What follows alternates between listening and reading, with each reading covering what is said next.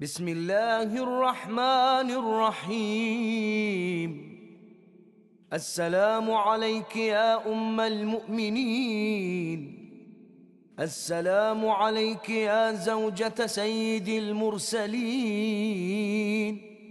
السلام عليك يا أم فاطمة الزهراء سيدة نساء العالمين. السلام عليك يا أول المؤمنات.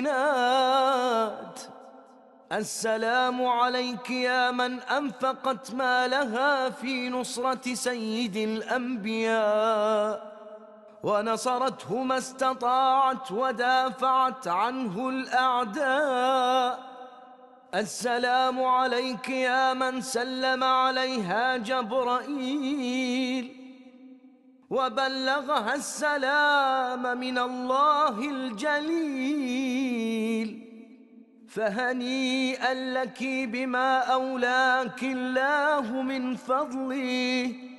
والسلام عليك ورحمة الله وبركاته.